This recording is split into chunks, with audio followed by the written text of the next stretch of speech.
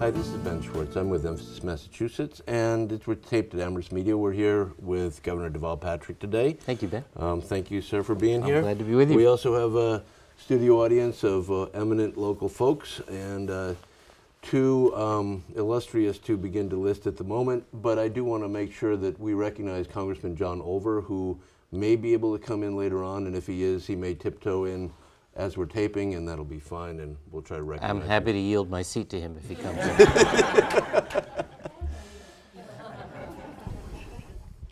in. Now, Governor, you've done a lot of interviews at community media. We're obviously at Amherst Media today, and there's 150 local community media outlets across the Commonwealth, and we will get this out to probably all of them. And so obviously it's a good time to discuss what you've got on your plate at the moment. But why community media? Why do you do so many interviews here, and what's the upside for you in terms of discussing your agenda with people? Well, part of it is professional and part of it's personal. I guess the professional part of it is that community media is, as you say, widespread and very available, and it's a great way to engage in a kind of, as they say, long form on some issues that don't lend themselves to oversimplification and shouldn't be oversimplified. Personally, because I think it's sound bites. It's really a good thing to have some place where I can go where I can finish a thought in a sentence and have a more thoughtful conversation. So I appreciate it very much. Yeah, no, absolutely. I know that you've done some interviews for other community media outlets, and I think you're scheduled maybe a week or two to be on Cape Cod doing something, if I'm correct. But you know, community media is an important resource, and thank you for being here. Thank you. Now, there's a lot going on, you know, nationally, statewide, and I'm just going to touch base on a couple things nationally and sort of get your thoughts on it, and then we can, you know, talk about your budget and how that's going down. Okay. You spent a lot of your career both right out of law school and in private practice and in the Justice Department, and now as governor, advocating for voting rights. Now, we see that, look, anybody looking at this from a reasonable perspective has to see what's going on across the country as being transparent, and I will say this, I think sleazy, shameful. Is there a question at the end of this? Or? Yes, sir. and transparent. Now, given your history, and given the fact that this is in front of the Supreme Court and really very much in conversation, you know, what are your thoughts about the Voting Rights Act going forward? What can states do? Is it going to make it through the Supreme Court? And where's your crystal ball, sir? Let's see. That was 5 or 6 questions in one. Look, we have the lowest voter participation, I think, of any industrialized democracy on earth, and so to me, our focus should be how do we make voting easier? How do we make sure that people have access to the ballot? How do we make it simpler and less of a hassle to exercise the right to vote? That's on the sort of mechanical or procedural side. And then how do we inspire them to feel like they have something to vote for? So I think, you know, I'm not going to predict where the Supreme Court will come down. It has felt very much like an activist conservative court for some while now, and I think that's why I'm nervous about the outcome, and I discern from your comments that you're nervous too. But when you think about the concerted efforts in so-called red states in the last several years to constrain access to the ballot, and then you add a challenge to the constitutionality of one of the central pieces of civil rights legislation in this country, yes, it's very, very worrisome. But you know, the struggle to make the democracy succeed and sing has been with us from the beginning, and I'm confident in the end the American people will do the right thing. As Winston Churchill said, American democracy tends to reach the right decision after we have tried everything else. If changes to the Voting Rights Act do get sort of handed down for the Supreme Court, do you see the Justice Department as being the best mechanism for rectifying that, or is it a state-by-state effort? Well, it's impossible to know, Ben, until you see what the contours of the decision are from the from the Supreme Court. Obviously, if it's a question of interpretation, then it's up to the Congress to fix it if it's a wrong interpretation, and or one that you know, as I say, constrains people's access to the vote. If it's a question of constitutional interpretation, then it'll be up to all of us to amend the Constitution. But let's not get ahead of ourselves. Understood. Thank you.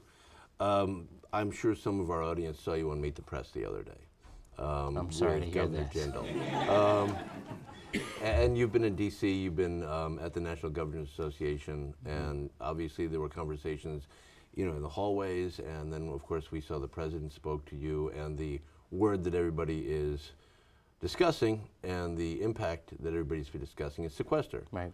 And I admire your performance on Meet the Press. I don't think I would have been able to maintain my composure with Governor Deval. I couldn't get a word in edgewise. I noticed that. But look, what's the impact likely to be? It seems likely to happen. By the way, I should mention for those watching this on tape, this is on Thursday, and it's the day before the sequester is scheduled to kick in. Right.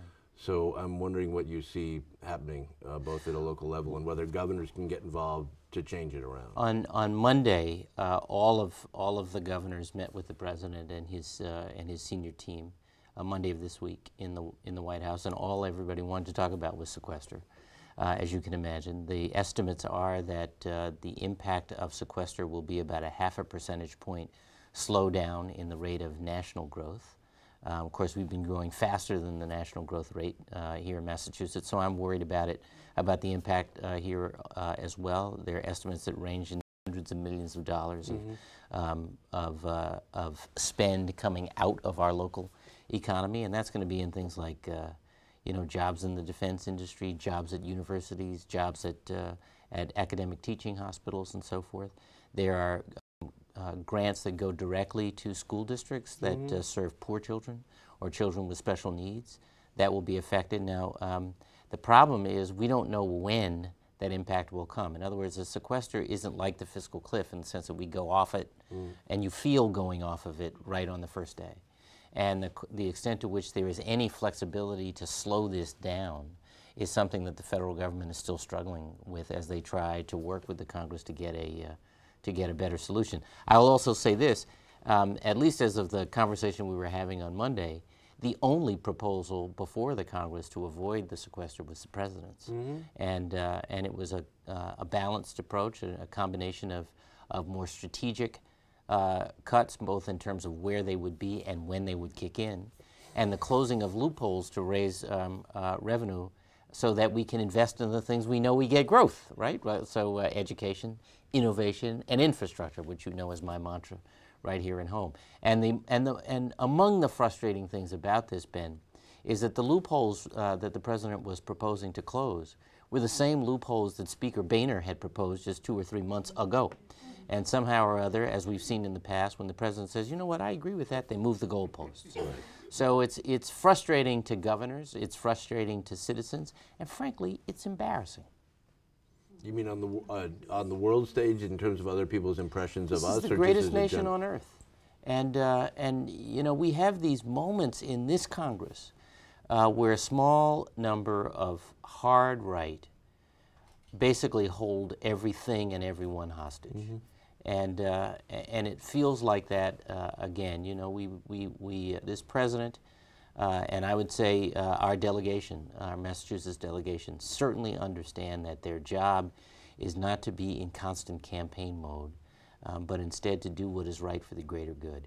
And if that requires compromising, you know, I will say, by the way, this president has taken some heat by offering to compromise on ways to make Medicare sustainable over time. By the way, I think that's the right thing to do. I think there are a couple different ways to do it, but there's a way to do this that makes Medicare survive for a generation to come. And you hear Republicans say, well, we're not going to do anything until we address Medicare, and the president says, okay, I'm ready to address Medicare, and then, as I say, then there's some other reason why they can't act, and that is enormously frustrating. Well, it must be. I mean, as just sort of somebody looking at it from the outside, it's often difficult to imagine that they can believe what they're saying. And I know that this is.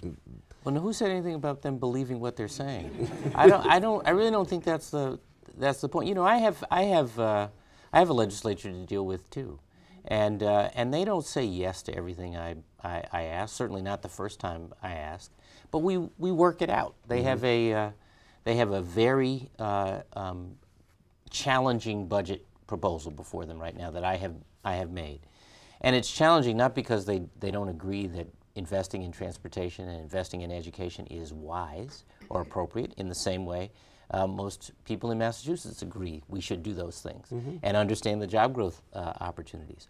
But I've also asked for taxes to pay for that, and that is a chronically uncomfortable subject. I've proposed a way to do it that's a little more progressive than what we have right now by lowering the sales tax and raising the income tax and doubling the exemptions. The impact of which would mean that if you make about $60,000, between $30,000 and $60,000, your total taxes would remain the same. If you make less than $30,000, your taxes would actually go down, and if you make more than $60,000, it would go up according to your ability to pay. That's one way to do it.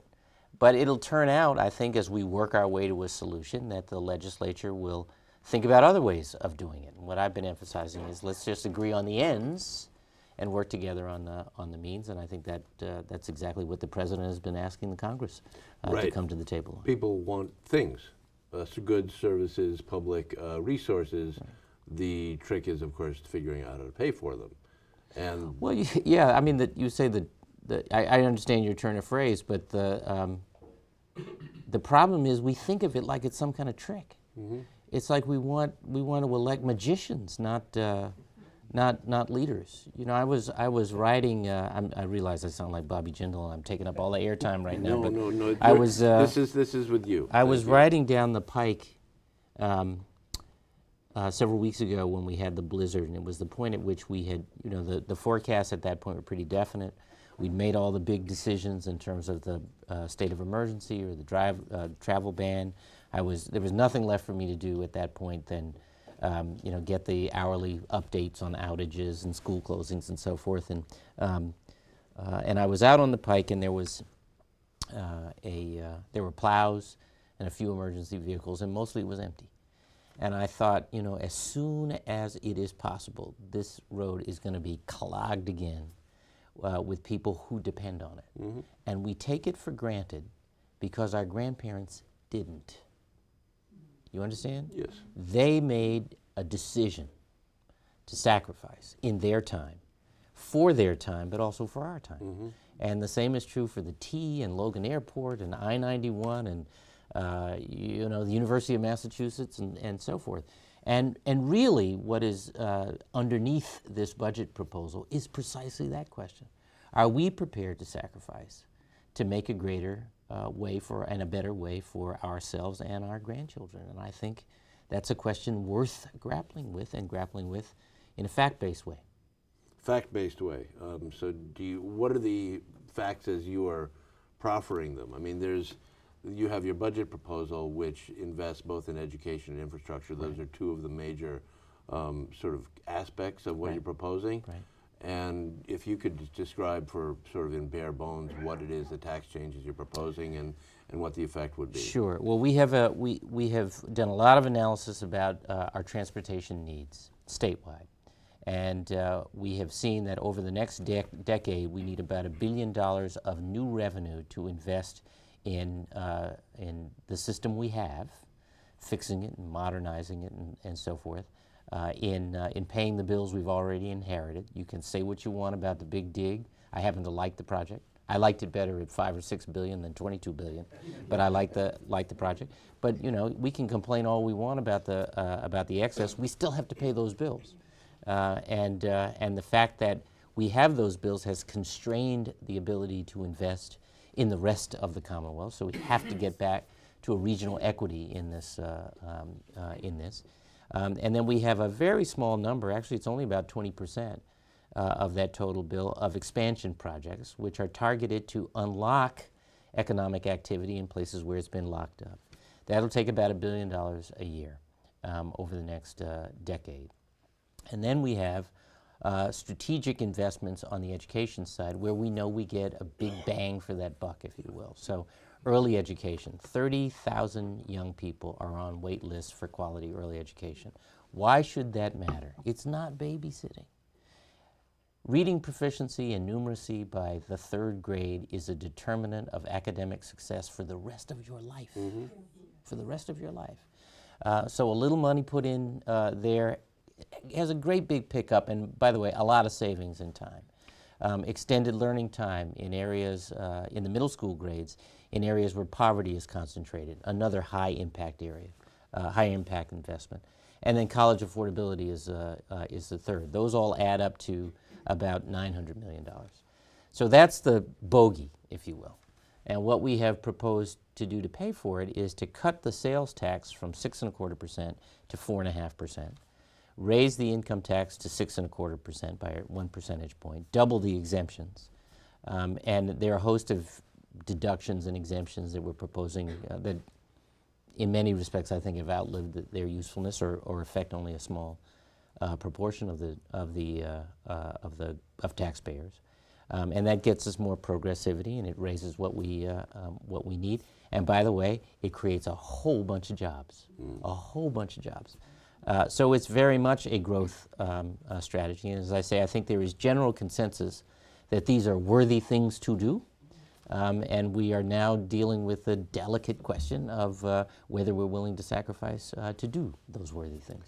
You talked about generational sort of senses of obligations for building the future, and you imply quite clearly that there was more of an easy sell for that sort of formulation in generations past, and I'm wondering if you can sort of characterize at all why you think that it's difficult to make that pitch to people. Well, I wasn't saying I thought it was an easy sell in a previous generation. I really don't know. I mean, I think we take for granted the extraordinary contributions of the so-called greatest generation. You know, the generation that fought and won the Second World War and then came home. I mean, first they rebuilt Europe and Japan, then they came home and created great public universities and libraries and the federal highway system and the social safety net and so on. And by the way, I don't think that they were feeling so much more prosperous than we have in our prosperous times. In fact, it's during the 80s, I think, and 90s when we had one of the largest expansions of personal wealth in American history. I think it's that we have an understandable skepticism of whether government stewards your money, my money, wisely. I understand that, and that's one of the reasons why we have, with the prompting and help of the recession, radically reformed state government. We had $21 billion of accumulated budget deficit spend over the last, budget gaps over the last several years, and 60% of that we have solved with cuts. There's 6,000 fewer positions in state government today. We have eliminated and consolidated agencies. We've shut down the Turnpike Authority. We have asked state employees to take a bigger burden of their health care costs. We've extended the retirement age, so the pension system is in closed loopholes, so it's sustainable today. And I have before the legislature another $100 million of proposed savings in various forms of reform. But it is also plain that we are not going to be able to have a 21st century transportation or education system through reforms alone. Right. And cuts never lead to prosperity. That has never been the case. We're going to have to decide, are we willing to sacrifice for that stronger tomorrow? Now, your proposals, as you mentioned, have not just a sort of forward-looking, future-oriented benefit, but there's some very concrete short-term benefits in terms of job development, economic development. And I'm looking at your office put out you got the maps? district by district Right. impact of what some of your projects are, both in education and transportation. And this is, Ellen Story's district, and I have one of Stan's district. Right. Obviously, the impact is very clear and very direct. And I would imagine that this sort of visual plays out across the Commonwealth. Well, these maps are available on the website, the state government website at mass.gov/governor, and they are a response to people saying, "How does this actually affect me?" You know, you'll know because you live here in Western Massachusetts that people are particularly sensitive to whether new investment will reach Western Massachusetts. And it's certainly the case that in every community, people want to see, well, what does this actually mean in my neighborhood? So we have, because the transportation plan is very specific about which projects, where, and why, we have created a map for every House member and Senate member that shows what transportation projects are planned for their district and what the value of those projects are. And it's partly to show them what we're thinking and also to get some feedback as to whether we have made the right strategic decisions about these choices. And then there's a separate map for education, which show, again, by House and Senate district, which will show the members and their constituents who can go on the website and have a look at it. You know, how many kids, how many 4-year-olds are waiting for a spot in early education in the places where they live? What does it mean for K-12 funding and these kinds of things, so people can begin to get a sense of the tangible benefit and the short-term benefit that it'll come straight away. No, that's clearly a reasonable way to impress upon people the actual impact of your proposals locally. What I'm wondering is how it's being received, not just by people you're talking to, but in the legislature. I think it's being received with commendable thoughtfulness, and by that I mean, no, I'm really not being cute. By that I mean this: when we were closing in, and we've been working on this for a year, and we were closing in on the decision points, I had a meeting with the Senate President and the Speaker, and I asked them 2 questions. I asked them what kinds of proposals, which ways of funding things would be off the table. You know, what were they going to have heartburn about just from the outset? And they told me what they were, and I took those into account. The bigger question I asked them was just to give us a chance, without shutting any doors at the outset, to engage this adult conversation. Let's not all retreat to our sort of typical rhetorical corners. And to their great credit, they have done exactly that. And that has given, I think, their members the space and time to digest this, because there's a lot to digest. You know, I got to where I got through a so-called iterative process, meaning we were trying different things and thinking about different ways and thinking about both the policy and the politics of it, and that's where we landed. And I think, as I said earlier, that the reception has been enthusiastic about the ends and nervous about the means. Right. And that's, I think, I think that's true of the general public as well. Well, I think that part of the reason for the value of a show like this is that it will get out into communities, and for folks who get what you're saying, who understand the value proposition, how can they be of help to you? Can they get in touch with their legislators? It's absolutely critical that folks who have a reaction to this, and I'll be blunt and say, if you support it, call your senator, call your state representative, and let them know that, and write a note as well, so that they have, and indeed, call and write the chairs of House and Senate Ways and Means and the Speaker and the Senate President. It's important that they hear from people. You know that the folks who oppose any tax increase under any circumstances for anything are making their voices heard. You know that there are lobby groups who are interested in this or that line item. Any number of them who say, I love the fact that the governor increased this line item, and I want you to fight for that, Mr. Speaker and Madam President, but we oppose the tax increases. I mean, come on, connect the dots. Right. So there are a handful of people, as John Kennedy said when he was running, who have the connections and the money and the relationships to assure their interests on Beacon Hill. But legislators do take phone calls and listen to people. You bet they do, and they need to hear from people right now. They need to hear from regular people right now, and those regular people need to know that I do not make this ask lightly. I know that for an awful lot of people, though the economists say the recession is over, it's not over in their own lives. I totally get that. But this is about how we grow jobs and make a better life for themselves and their families. And I'm confident that these areas of investment are winning areas for the Commonwealth. You have stated publicly you're not going to run again. Right. And you've got about 2 more years in your term.